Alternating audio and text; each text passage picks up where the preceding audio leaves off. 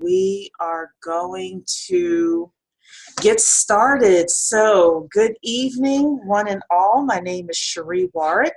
I am the leader of the Black Blockchain Consultants, but this is definitely a community and a group of people that want to learn about this $3.1 trillion industry that is about to descend upon us. Some of us, myself, missed Internet 1.0. I missed Internet 2.0. I do not want to miss this. This is going to be one of the greatest technology changes that's happened in a decade, as well as one of the biggest wealth transfers that's happened or happening. And I just want to be a part of it in some sort of way. So I'm super excited to be here tonight. And I've got DJ Ron Clement in the house. He is our cybersecurity expert. So I tagged him and asked him if he would come on. And again, if you want to be on tonight to talk about scalability, security, and decentralization in the blockchain, then just raise your hand and I will definitely promote you to a panelist. Or if you have questions or comments, of course, you can always put them in the Q&A here. So Ron, first of all, how you doing? What have you been up to? I'm doing well. I've been feverishly working on training. Yeah, so tell everybody about the training because we have new people in here that don't know what you're talking about. Okay, yeah, we are in the process of developing blockchain training. It's going to be the first level, but it's going to be really good. It's going to pretty much encompass everything that blockchain is, what it is, from a high level. And then we're going to deep dive in some areas. But it'll give someone that doesn't know anything about blockchain, it'll give them a good understanding of what it is, how it works, what are the advantages and benefits. So that it's going to be pretty good. Yeah, so one of the things that we are doing, unlike a lot of other, of course you could just go on YouTube and Google what is blockchain, but we are going to be different for a couple of reasons. The first is we're going to be a lot more conversational in the trainings that we are providing. And the second thing is we are also just going to be able to share how blockchain is used in a multicultural environment, as well as just the basics of blockchain. We want people to leave our blockchain training going, wow, I could not have found that on YouTube. So we're very excited. We're also starting our consulting company. So for those of you who are not a part of our consulting company, it's called Blockchain Consortium International, or BCI. The website will be launched in the next week or two. And we are already on the ball with potentially having our first paid client and more to come. So we've just got a lot going on within the Black Blockchain Consultants. And then the last thing is, of course, our conference is coming up. Ron, will you be in the building for our conference? I will be there. I will be there. Yeah, so it's November 2nd and 3rd. November 3rd is our main day, and the conference is all about Black wealth and blockchain and crypto. And the conference is about the business of blockchain. So a lot of times you go to conferences and they're more about the technical side of blockchain. Well, we're taking it from a different perspective and talking about the business of blockchain and Black wealth. And we are going to have a session about Blockchain 101 for the blockchain curious. We're going to do some fun and games and things like that. Dr. Keisha Waddell is coming up with a lot of that content for us in order to make it edutaining. We're going to have a session where we are featuring a panel of successful Black blockchain consultants that are making money in the blockchain space. And they are not coders. So we want to hear from them what they're doing and how they're successful either in their entrepreneurial endeavors or their employment endeavors. We're going to have a session on investing in the blockchain and crypto, whether you're just putting your money in, or people are going to start coming to you and asking you to put your time in. And our time is sometimes more important than our money. How do we gauge a successful blockchain project, or a project that we should want to be a part of? And then the final sessions are going to be our roundtables. We're going to have 16 roundtables. They're going to be industry specific. You're going to walk away with information in regards to how blockchain is affecting your industry. You're going to walk away with a 2-page summary that you can bring to your boss on Monday and say, hey, look what I learned. And more importantly than that, you're going to walk away with some great contacts within blockchain technology and just Black professionals. So it's happening November 3rd, which is a Saturday, in Baltimore, Maryland, at the Lord Baltimore Hotel. It's close to the Inner Harbor. If you want to come on November 2nd, we're talking about building $100 million plus blockchain businesses. And it's also for our blockchain consultants as well. And oh, wow, Chris Henry is here. Oh, you want to, okay, I'm going to promote you to panelist, Chris. We got royalty in the building tonight. So, since he raised his hand, hey, how you doing, Chris? You're on mute, hold on. Let's see if you can unmute yourself. There you go. Hi. Oh, we still can't hear you. People are saying welcome back, though. Chris is going to be one of our speakers. So everybody, if you did not meet Chris yet, Chris Henry is one of our Black blockchain consultants. He is definitely a rock star. He is in the New York area. And he is going to be one of our success panelists on November 3rd, so you get to meet him. But he is a wealth of information in and out of the New York incubators and knows what's happening in a blockchain, definitely. So let's see if we can hear you. You're still on, let me see, you're on mute. Hold on, do I need to unmute you? Okay, well, while he's dealing with that technical difficulty, Ishmael is asking me a question. When do you anticipate the training material being ready for content review? Ron, that's a question for you. Yeah, so just, yeah, so any kind of a timeline that you're thinking of where people can even get a sneak peek of the content? Are you talking about some of the members of the organization? Let's say the general public. General public, probably in about 2 weeks. 2 weeks? So that's not so bad. That's not so bad. So we're working feverishly on it, but it's going to be really, really good when it comes out. So we're super excited about that. Absolutely. In the meantime, Chris, I don't know if you are able to. He's on mute. We still can't hear you. You're still on mute.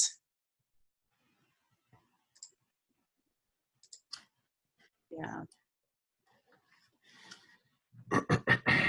Somebody is saying the headset may be the issue, but I don't know. I don't know your setup there.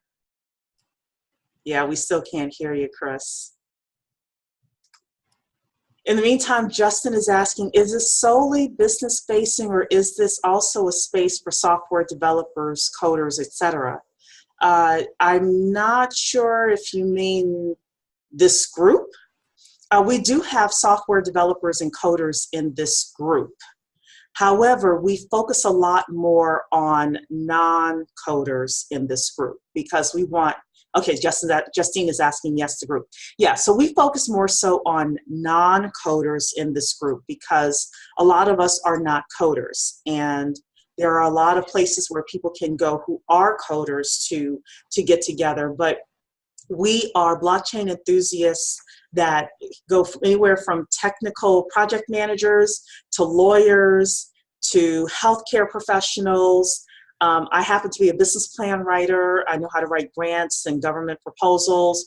Ron does cybersecurity training. So, so we have a wide range of interests here, and backgrounds and skills as well within this group. So, Hello. hey, oh, hey, we hear you now. Good. Yes, I had to. I'm not sure why it wasn't the headset because I didn't have that plugged in yet. Anyway, yes, thank. I'm listening to everyone. This is great. Yes, yes, we've Absolutely come a great. long way. Absolutely. In a short time. Yeah. Okay. Any questions or while I'm here? And Yeah, sure. So we know that you're in and out of the incubators, and you've always got your ear to the ground. And I do post the news articles that you send me. I post them for the group to see. But what are you hearing on the inside in terms of, you know, the next 3 to 6 months? What's happening in blockchain? the next 3 to 6 months is to build $100 million businesses. Okay. That's what they're doing. So we're on And the it's right track. combination, and yes, and the combination is while there are a lot of programmers and developers that are interested, what most of the projects are doing is they're foregoing that process. They're reaching out to the Ukraine and South Korea and India to build. What they're focusing on is VC money, venture capital, market share. That's all they're focused on. So For how example, are the VCs acting or reacting to their pitches and projects and things like that? everyone's going to pitches. Everybody's going to pitch meetings. In fact, there's one tomorrow. On Wednesday at NYU campus. The cost to attend that is $3.99. There's going to be about 25 companies doing pitches. They're going to have a round table. After the round table, they do one-on-one with industry specific. There is one in Vegas that's coming up. There's every 2 weeks there's going to be a round table. I was at the CN 46 companies. I was one investor and insider, and listened to 9 companies pitch to me from gambling to music to security to healthcare to food and restaurants and you name it. Gambling, there was 3 gambling companies trying to take advantage of the new court ruling on gambling. Cannabis, there were 3 cannabis projects. And then there was a diamond and there was an art project. You name any industry, I heard the pitches. So that's everyone listening to the 100 million. Attend very few developer sessions. I know where they are, like white paper review and all those, and developers and Python, but most of the activities that fills the room is pitches and $100 million businesses. That's all people are talking about.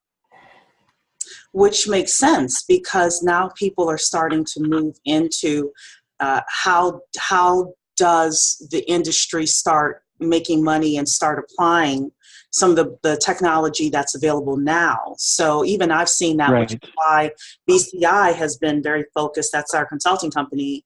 VCI is very focused on how can we help companies build $100 million valuations. Right. So, And here's how it's working today.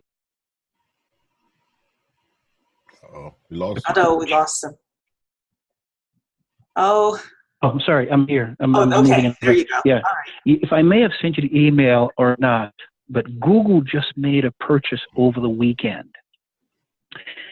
The former head commodities manager for JP Morgan Chase, her name is Blythe Masters, is a CEO for that company. Mm-hmm. Google just invested in them.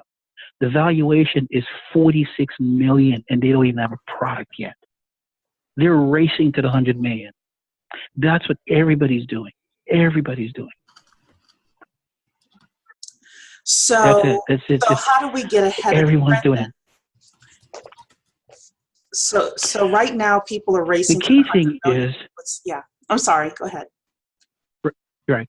Yeah. The key right now is your projects, your white papers, and tightly woven project, which means your team is in place, your CTO, your CFO, your concepts, all of that. You flush those things out, and then you start doing your pitches, your elevator pitch, your full pitch. You start going to events. If you have something driven on certain platforms, like if it's Ethereum based, investors love that. If it's any of the others, you may get a few movers, but anything Ethereum based Mhm. is a hot button. I was with Steve Wozniak about 3 weeks ago. And for those of you who don't know Steve Wozniak is the founder, one of the founders of Apple. Steve told us in the audience, if you have a project on Ethereum, he likes that. He personally has not invested in anything, but he does own Bitcoin and he does own Ethereum. But he thinks because of the widest sections of Ethereum, anything Ethereum based is going to be a winner. The reason is 90% of the altcoin market outside of Bitcoin is Ethereum. Mhm. So that's it. The second piece he talks about, anything dealing with social media, interaction. He didn't give us any specific examples, but he says anything along those lines, those are some of the strategies that's going to make it in the blockchain. And while I was at that meeting, there was a woman who had an app, a blockchain app, where she does what is called workout partners. Right now, she has this app, you log in your information, and if you're looking for a buddy for a workout, the app matches you. And I think she charges a small fee for that. I didn't look through her full business model. But here's that. It lends itself to the blockchain. Completely decentralized, right? Mhm. Everyone opts in. Everybody shares that. And basically, all you're trying to find is a workout buddy within your neighborhood. So they don't have to join a particular club. They could be just a group of hikers, a group of walkers on the street or the park. And she says she now has a subscription base of about 500,000 people Wow. on her app. Wow. And again, they may not be always using the app for buddies, but they're at least registered for it. So those are some of the areas. For what I'm missing, and I've been pushing while working with you, Sheree, Mhm. in the last 4 months, I've only seen 6 Black-owned blockchain businesses. And I've seen more than 100 in the last 3 months in terms of pitching. I've only seen 6. Yeah, we have to change that. We do. Well, why we have to change that, people are not accepting what blockchain is. I don't know what it is that we don't see. I don't understand what we don't understand. But the fear that I have, and I've said this to everyone, we own certain industries. Why are we letting other people come into that industry and control it? We own music, we own fashion, we own art, movies. Why are we letting somebody else come into the space and take it over? Cannabis, even though I'm not a user of it, but why? I mean, we spent the last 20 years going to jail for it. Mhm. Why not take it over? Yeah. So I'm not sure what's missing from it. Oh, the legal side. A lot of attorneys are now coming in, providing legal services because, there's 2 types of altcoins. There is the utility coin and then there's the security coins. Mhm. I've spoken to a few Black law firms and they don't get it, and I don't know how to convince them. I'm sorry. I don't, what is it you are missing? I've sent you the article that the SEC have created a new crypto czar last month. She's building out a team. CFTC is looking to put together a crypto unit. They don't have one right now. What is it that you don't see? Oh, I don't see where the clients are coming from. What is it you don't see? You haven't spent a day walking in the industry. You haven't bumped heads with the people. You haven't done anything. You sit over there in your office and you're saying, I don't see where the revenue is coming from. Well, you can't see it from the outside. Right. You Well, got I to will get tell inside. you that You see, that I've been reaching out to a lot of people on LinkedIn for our conference. And I am getting a lot of traction from people that are in cyber and other areas of new technology that's saying that they don't know very much about blockchain, but they are very interested. We haven't tried to reach out to the other, legal and healthcare, except for people who are attracted to us automatically. But there does seem to be a lot of celebrities that maybe they're just lending their name, like Akon, for example. they're lending their name. Yeah, That's but all they're doing. They're just lending their name. yeah. So we do Yeah, have they're not seriously. They're not. Yeah. Yeah, we do have a group of Black developers, coders actually, that are hopefully going to work side by side with us in order to hopefully develop some of these types of businesses as well. And as Black blockchain consultants, I've always said that I want people to create multiple businesses within this community. So I would love it for somebody to Right. come in and Now, you may know this, Sheree. There are 3 Black-owned crypto blockchains. I will send you the details, one of which I discovered. Marco sent it to me over the weekend. I've heard about him. He's a Harvard grad. Mhm. I heard about him months ago. A friend of mine from Harvard was supposed to put us 2 together. He's out in California. He has his own blockchain that he's building out. He's one. Being BitMEX, everybody knows that he's Black. Arthur Hayes, he was a former Citigroup trader. BitMEX is the 3rd largest exchange in the world. He's the CEO. And then there's another one. I'll get that details. So I'm only focusing on the business side. I hear about the developers, but everything I've gone to in the last 3 months, almost no one is on the development side. Everybody's on the grow the business side. And I'm not saying there's no argument. Everyone I've bumped into is on the marketing, legal, grow the business. Yeah, and that's the void that we want to fill is to be able to offer, everything that a company needs in order to grow to 100 million. So, right. Yeah. What I'm saying is on the development side, I hear very few on that. It's not because it's not needed. What everyone is doing is they're farming it out to Russia, Ukraine, South Korea. That's where the coding is being done. No one's doing it in the U.S. And what they're doing is they're focused on the marketing and development here in the U.S. That's what everyone's doing. That's right. All the pitches I've done, I asked them, well, who's doing your coding? Oh, Ukraine. It's in Kiev, Poland. That's where those are.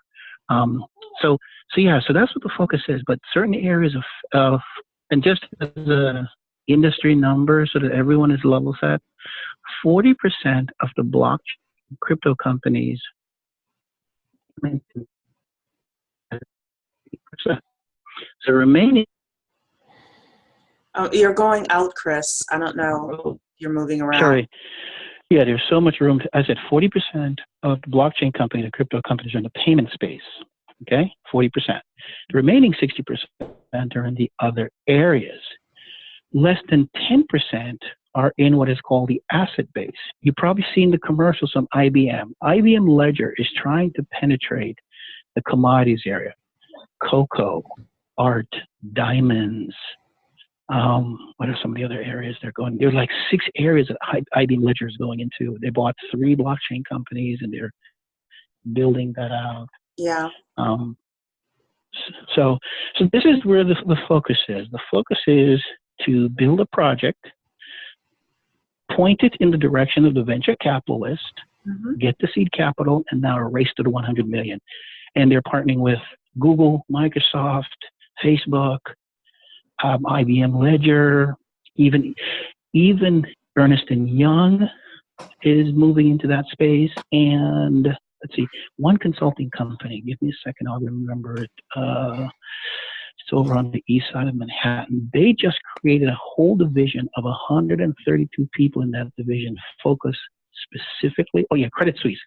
Credit Suisse just hired a new managing director. Her sole focus is blockchain. She invited some industry people to come in and she outlined what Credit Suisse have to offer.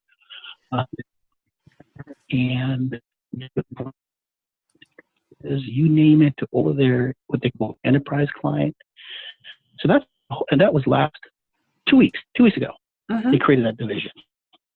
So this is the race. The race is to that 100 million right now. Okay. And all right. everyone's in the game. Everyone's in the game. The old consulting company we call the White Shoe firm, Ernst & Young's, the PwC's, the Credit Suisses, they're jumping in, the IBMs, the Microsoft. I mean, they are heavily trying to race. Absolutely. Now bring it closer, and finally, just bring it closer, and then you guys can talk. What is happening in our community is this. We're losing jobs. And here's how we're going to lose them. Because these big companies are no longer hiring, what they're doing acquisitions, like today's Google announcement, right? Mm-hmm. Since they don't need to hire because when they get these acquisitions, they come with employees anyway. So they're not hiring. Google is not hiring. Microsoft's not hiring. Facebook is not hiring because as they make an acquisition, it comes with employees and they're sourcing from that. So I've been talking to a lot of the, what I call affinity groups, which are Black AKA groups, diversity groups, who do their monthly meeting or quarterly meeting at these companies. And I turn to them. They're not hiring. They're doing acquisition. It comes with employees already. So you can have your meeting here and you can rah, but you know where the next hiring comes from? Read the news, read my news. Such and such just bought a blockchain company. Inside that blockchain company is 25 people. There's your 25 hires. Absolutely. I mean, they've been doing that forever, and then they will let go of people who are duplicatable or who are duplicated if they don't need you. So you really have to. It's not duplicated. It's so easy. It's not duplication. It's so easy. They can say, "Oh, we're moving into a blockchain strategy, and unfortunately, your position was phased out." Well, to me, it's all the same. It's you without a job. So you have to become indispensable, which is one of the things that we were talking about in terms of whatever, part of the conference is whatever industry that you're in, being a part of these roundtables, for example, and learning how you can be the blockchain person within your company so that you can absolutely if you choose to stay there. Well, we do have a couple of questions, and I also want Ron to be able to ask you a couple of questions as well. But Justine is asking, the buzz around Ethereum, is this based on the concept of smart contracts, or is there some other reason why the Ethereum companies or Ethereum-based companies are raising money? Okay. Obviously, Ethereum comes with smart contracts, so that's the synonymous. What it is that Ethereum is 90% of the altcoin market. That means if you're going to develop a project, if it's Ethereum-based, then the venture capitalists will be looking at it much closely than if you're an EOS or Next or NIMS, where you're less than 15%. And as Wozniak told me, if I was going to put a project together, it would be Ethereum-based. It has nothing to do with the smart contract. It just has to do with what is called mass adoption. If 90% of the market is Ethereum, why would you forge a project on 10% of the market? Right. Yeah, I Again, mean, everybody's racing to 100 million. Yeah. Thank you. Yeah. Tess is asking. So yes, the smart contract makes sense, but go ahead. Well, we had another question here. I don't want to cut you off. Sure. No, I'm finished. I'm going to make them very short, quick answers. Sure. Tess is asking, why are people sending coding to Russia, Ukraine, and South Korea? That's easy. Those countries are very hungry for revenues. Right now, if you look at their currencies are less than 100 times the U.S. So if you pay a coder $10,000 in New York, you can pay them $1,000 U.S. and it turns into like $50,000 in Ukrainian shells and all that. It's an exchange rate issue.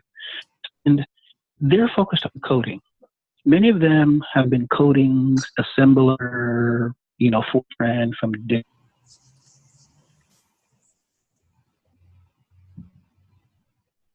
Oh, I think new coding. Go ahead. We lost you again. It's cost. It's the cost structure. It's much cheaper, much cheaper to do it there. So I will tell you, I was contacted by a government in the Baltic states. I can't tell you which one, from a business plan writing company, and they were talking about creating a small business administration there in their country. And one of the things they're putting money into is developing coders for this very reason, because coding is something that's exportable, and they're trying to get out of just having one key revenue generator within that country. So believe it or not, on Thursday, they're coming into the United States to meet with our SBA, and I'll be in that meeting with them, just talking about how they can do these things as a country. So what Chris is saying is right on the money with that. Gilbert is asking, what type of security is in place to protect against many of these countries who have been known for cyber attacks? Well, Their eagerness to want to do this, as you know, blockchain is encrypted. So it's basically, it already has encryption built in. So even if they code something, by you recompiling it, you create a whole new encryption. So that's the reason for it. So even if they send you a code that you don't trust, you could always have somebody do a test net on it, on the GitHub, to check it for nefarious stuff. And once you find it, you could just eliminate it in the code. So there's no, and then that coding shop has now ruined their reputation. So there's no incentive to do that from the coding perspective. Interesting. Since Ron is our cyber expert, I just want to make sure you don't have anything to add to that, Ron. well, one of the, and believe me, I'm not trying to be the naysayer, but net security in general, most of the security risks with blockchain are the same as in IT. Malware and, lack of user awareness, and in this case, key management, everything outside of the blockchain, where you go into the blockchain or where you come out of it, where most of the risks lie. Now, I'm in the process of starting to hopefully write a paper one of these days, but where I think there's a huge risk, and that is with... You are right. With you are correct. However, Centrify is already working on that. Hyperledger is working on that. Microsoft, now that Microsoft owned GitHubs, they're implementing cybersecurity to prevent malicious code from coming in. So yes, you are correct in the cybersecurity world. Those are where the errors are, but there are people who are working on it to reduce that. You can't eliminate it, but it's reduced that. But now that Microsoft owns GitHub and all the test nets are done on GitHub, Microsoft is trying to ensure that. Yeah, I think I'm talking more down a level, down in businesses. When they get to the point that they're doing their own coding, it's putting security in the secure system development lifecycle, doing code checks. Nobody's doing their own coding anymore. No one is doing their own coding. It is going offshore. It's going offshore. But then that has to be managed. If they're coding for your business, you got to make sure that that's happening.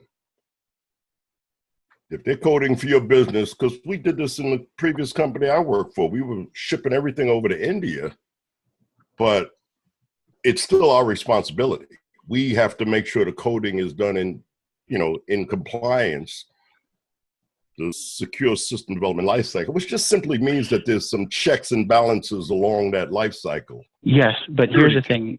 If you understand blockchain, where are the 2 points in blockchain where cybersecurity occurs? End user and the beginning. There are no middle people. So some of those security life cycle that you're talking about, that I constantly hear that, when I go to these sessions, that's the first business that we will not need Centrify anymore. We will not need any of those companies to do certification, because the blockchain is secured at two ends, the creator and the receiver with the public key. Now, as a coder, if I code a backdoor into a smart contract as a malicious coder, once it gets in the blockchain, it can't be changed. Correct. But it also can be traced where the source is. So my point is to get it so you don't have to trace it, so that it doesn't occur. No, if you put a malicious code in, I know you created it because the blockchain knows that your signature was tied to it, and then I come after you. But that's the beauty of the blockchain. Whoever creates a smart contract creates three things: private key, public key, and signature. I understand that. So it's trackable. Absolutely trackable. There's no doubt about that. And another big point to me, and none of this is, to shut anything down. It's just things to be aware of. One of the main tenets in cybersecurity is availability. So if the infrastructure goes down, nothing happens. If no one makes money, no transactions. So I'm just saying that those. Okay, again, you're missing the point of blockchain. No, Blockchain is there are no centralized area. No centralized area to go down. Remember, the block will rebuild itself if a block is either contaminated, corrupted, or charged. The whole purpose of blockchain is creator and receiver. No, I get That's it. Yeah, If but a you lot create of the smart people, contract and it's not corrupted, I get that. I understand. yeah, a yeah, lot it, of it bypasses the middle person, goes direct. Go ahead, Shree. Go ahead, Shree. well, I was just going to say that what I was going to show tonight was actually a really lively debate about this whole thing of the decentralization, security, and scalability. And the gentleman basically, saying that they're having trouble, or blockchain is having trouble doing all three. And we talk about consistently the decentralization within blockchain, and a lot of the naysayers are saying that at the end of the day it may all end up being centralized anyway. So I'm just looking at that whole process, and I guess just being an observer in terms of if the decentralization is going to work at the end of the day. Decentralization is working right now.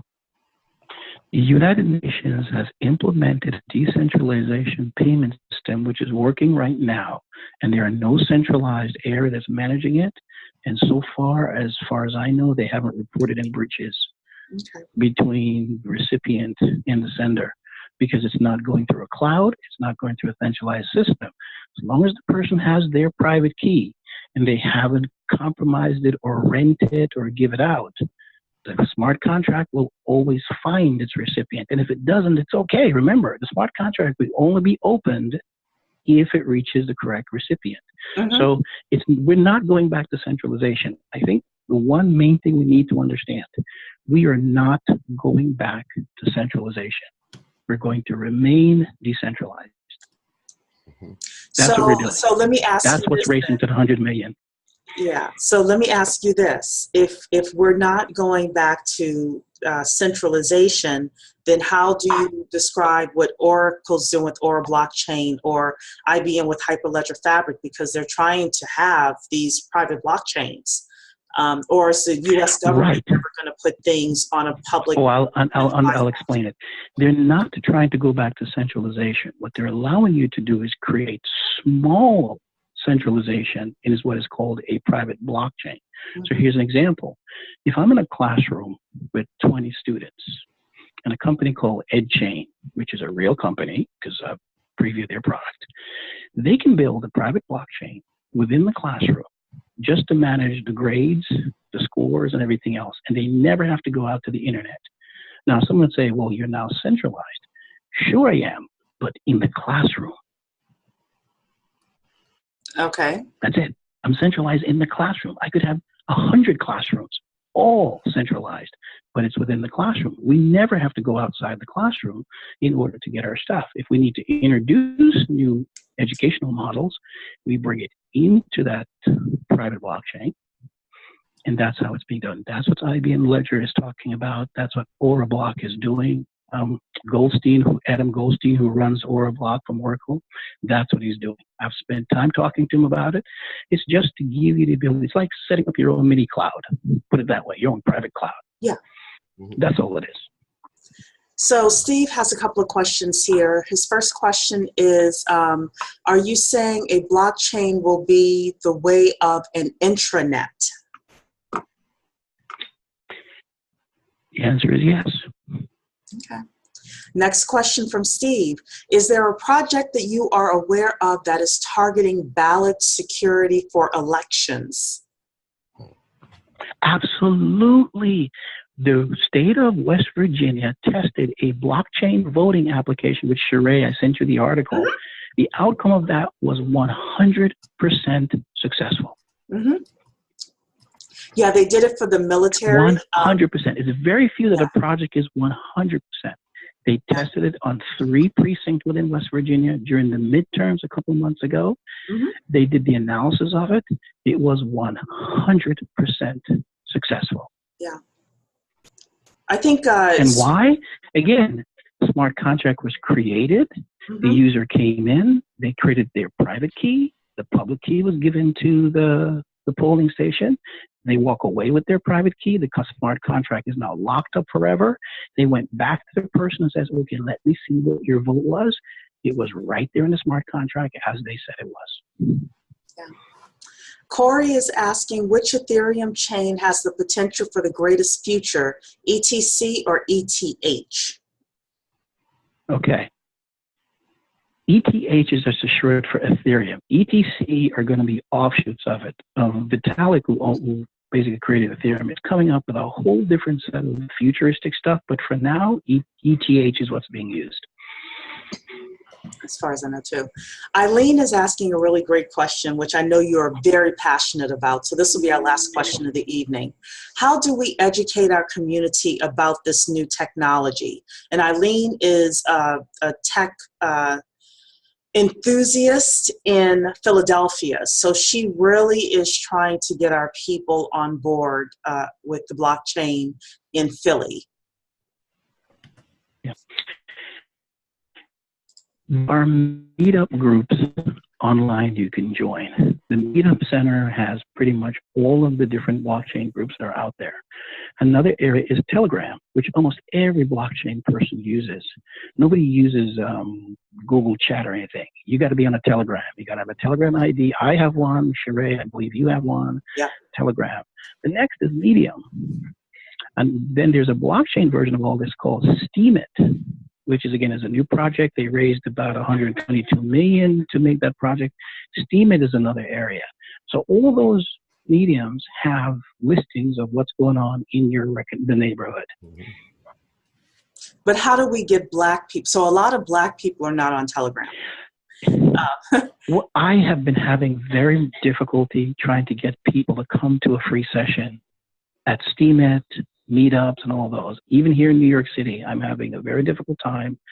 I don't understand what the resistance is to come to sit down for an hour and a half and meet some of the leaders and talk to them about the blockchain and how it's affecting them.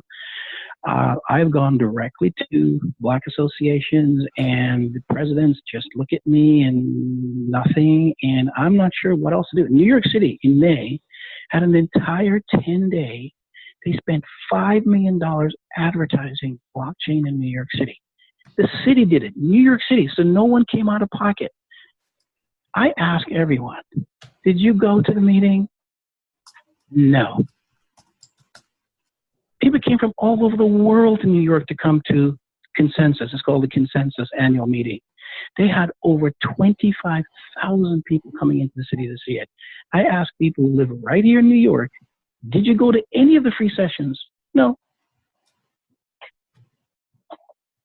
Well, one of the things I think we're doing, and you know, we're doing our little part, is to have some of these meetings be virtual. And of course, you know, we're going to have one being face-to-face in Baltimore. The other thing is for us to just not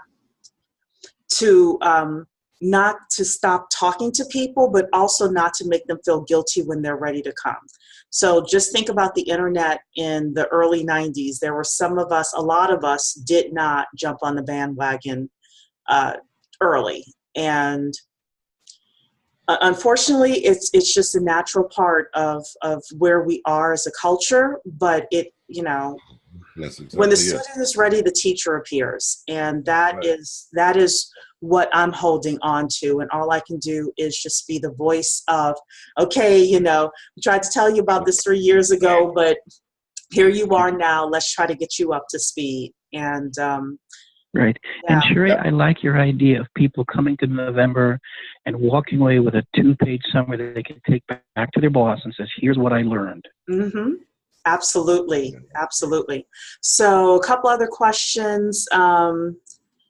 Are you aware of blockchain use in university or graduate school registration activities or registrar activities? And this is from Denise. Yes, there are two projects being conducted by MIT about registration process because, as you know, people are hacking into the grade system. Starting semester, all the Ivy Leagues will be presenting what is called blockchain courses. Columbia, Harvard, Yale, all of them. London School of Business already has 3 courses. Mm-hmm. So all of the top tier schools have already started the process. They're looking at different projects. I know that MIT is working on a registration blockchain project. It is not ready, but if it is, it'd be great. Baruch College in New York City now has a blockchain team curriculum. Right now, the New York Institute of Technology, along with Fordham University, is having a blockchain event. I'll be actually at that one presenting. That would be in September. Okay. What else has happened in New York? Pretty much all of New York universities are now on board. Like I said, New York City spent that money in May to get everybody in the system to learn this, except our people. But you know, I mean, New York State has 2 top Ivy Leagues. So obviously, they're doing it, Cornell and Columbia. But NYU, again, Wednesday, I'm going to NYU's blockchain event. So the top schools are doing it in our, but they're technically not in our community. But that's what's happening. But yes, these educational projects will come out of these classrooms that they're doing. In fact, they even said it at the end of the semester. We're hoping you'll present to the school a blockchain project. Mm-hmm. Yeah. So, and there is outreach to our community as well. So tomorrow or Wednesday, sorry, I am going to something at the Virginia Hispanic Chamber of Commerce. They are having IBM, Accenture, the U.S. government, and a couple of other panelists come to talk to minority business owners about how we can do business with them within their blockchain projects. So I personally got a phone call from the woman who's putting it together. And yeah, so some of us are very much involved and others are, a little bit slower to becoming involved, but there's something out there for us. And I just want those of us who are involved now to just know that there's opportunity and just make sure you don't miss the wave. Couple other Howard questions. University, I think, is also putting one together right now as well. I heard from someone sent me a note about them asking for advisory services.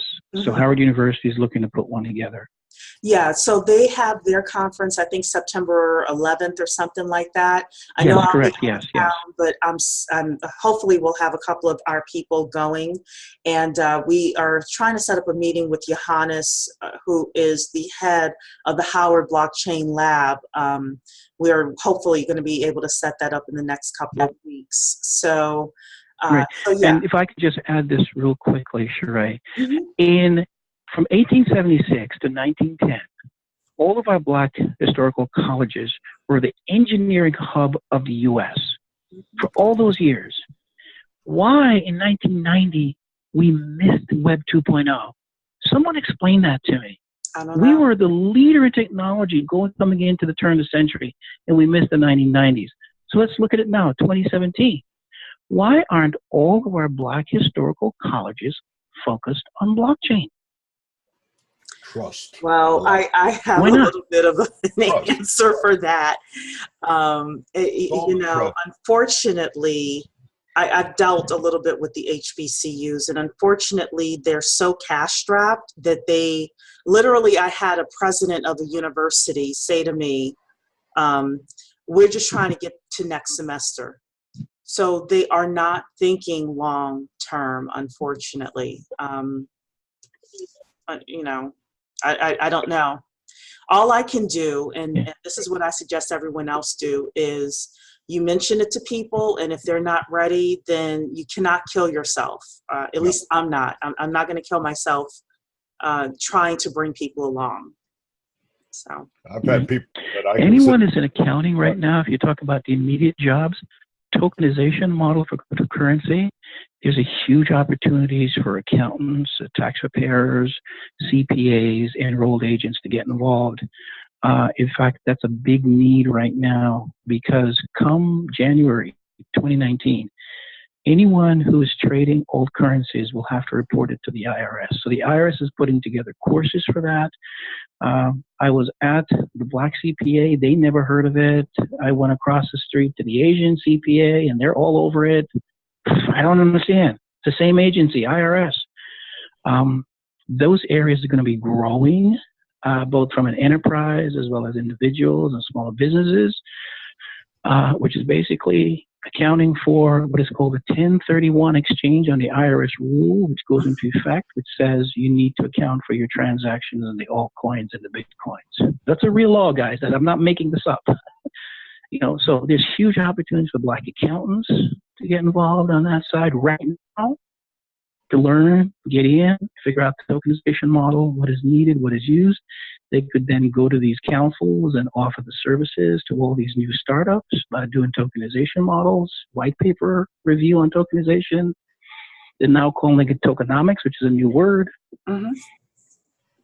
Yeah, there's so many opportunities out there. I just say you figure out one and you just go for it. So I'm going to, unless you have any final words, I'm going to let you go, Chris, because I know you're very busy. We have a couple other people who have some questions for us here, but any final words?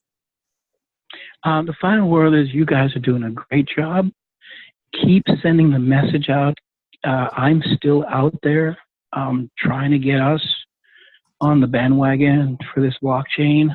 In your regular job, you should be going to at least 1 or 2 sessions just for the understanding of it, even if you don't get the technology side, but at least understand what it can do, its capabilities, so that when you're having a conversation with your boss at the end of the year and you're looking for a raise, to me, it's an easy raise to get. Mm-hmm. Yeah, we had one of our BBC members who joked. He said everyone calls him Bitcoin in his office, and he works for a large Fortune 500 company. And he said that his boss's boss came to him and asked for a briefing on blockchain. And he asked me to work with him on that briefing, and he knocked it out of the park. So you can only imagine his job is pretty secure there right Correct. now. So, yeah, so, but thank you so much for being here tonight. And, you're welcome at any time to come and give us an industry overview. And I would love to continue, because here in New York, there's so much going on. And I can share those that's happening, and also where people are focused and where the industry is going and where the major shifts are. Mm-hmm. Yes, I want to provide that to the group. Thank you. Yeah, thank you so much. Helpful. Where we're going to be in the next two years. Yeah. Well, continue to send those New York opportunities to me, and I'm definitely look forward to connecting with you for dinner. Before I leave, one more, guys. Sure. Coinbase is hiring on the East Coast. New York, I think they're going to put up another office, I think in the Virginia, D.C. area, but pay attention to those. Coinbase is hiring. Fantastic. Programmers, you name it. Yeah, I'm sure, and they've got money too. So, so thank you, Chris. Thank you. You're always welcome. You're welcome. Have a good evening. Thanks again, guys. Good luck. Thanks. Bye-bye. Done. Okay. So, Ron, what did you think of Chris and everything he had to tell us tonight? Well, I'm a cybersecurity guy, so Mm-hmm. there's, it's trust but verify. That's what we do. So, we don't take anything as absolute, because you can lose your whole business. Just trusting. So, you put due diligence in place, you put controls in place so that those things are mitigated. Absolutely. There have been several, blockchain, and it's a new technology. It's going to happen. It's going to get, it can get worse. Mm-hmm. As it grows, like, for example, the future, of course, it's going to take some level of quantum computing, but it can be done, Mm-hmm. But as long as people are in the equation, there's always room for fraud and issues. So, what I was trying to explain before is prior to security becoming an issue in the world, it was just called a system development life cycle. It was just a methodical way of developing, collect requirements, do the development, test, release, blah, blah. And so they just added security to that methodology, which now at the end of each one of those, after the requirements, there's some security checks, security sign-offs, you do a risk assessment. During the development, you make sure the coders are trained in secure coding techniques. You do peer reviews. Before it's rolled out, you do penetration tests, vulnerability tests. It's just methodical. And, that's anytime there's coding involved, because 90%, we all hear of, constant Microsoft releasing security patches and everybody patches. Mm-hmm. All of that comes from bad coding. Yeah. Where those come from, so. Yeah. I think his point though was, I think his point was there are a lot of coders out there who care about their reputations. At least that's what I was hearing from him. There's ways to do that when nobody knows who did it. Yeah. Well, that's I'm just telling you. We will see. We definitely will see. Well, we have a few more questions, and I do want to let everyone go at a decent hour. So let's see here. Gilbert is asking, may you provide the information on the session you will be attending? He's asking me that. Gilbert, send me an email, info@blackblockchainconsultants.com, and I will send you the Eventbrite link. So, and anybody else who's in the DC, Virginia area, it's happening on Wednesday. Daniel is asking, did you meet anyone from the healthcare industry at your event? Our event hasn't happened yet. I'm not sure which event. Maybe we were talking to Chris. Oh, that question was for Chris. Okay, well, sorry, we let him go too early. Let's see here. So that is it for our questions for the evening. I want to thank everyone for being a part of our call. And we had the surprise guest visitors, so we did not get a chance to do what I had in mind, but that's okay because this was so much better. Next month, have a special surprise for everybody. Tavania Evans, who is the CEO of GuapCoin, is going to be our special guest. So she is going to talk about being a woman, a Black woman in this industry, how she's doing it, and everything else. She's super excited to come and chat with us. So next month, the fourth Monday of every month, we do this. Tavania Evans, the CEO of GuapCoin, is going to be our special guest. And don't forget, November 2nd and 3rd is our conference, The Business of Blockchain. It's about Black wealth and blockchain. So it's blackwealthandblockchain.com. You can come for just that Saturday, or you can come for both days. And Tawana's saying she thought Chris was a surprise. Well, the surprise was on me, Tawana.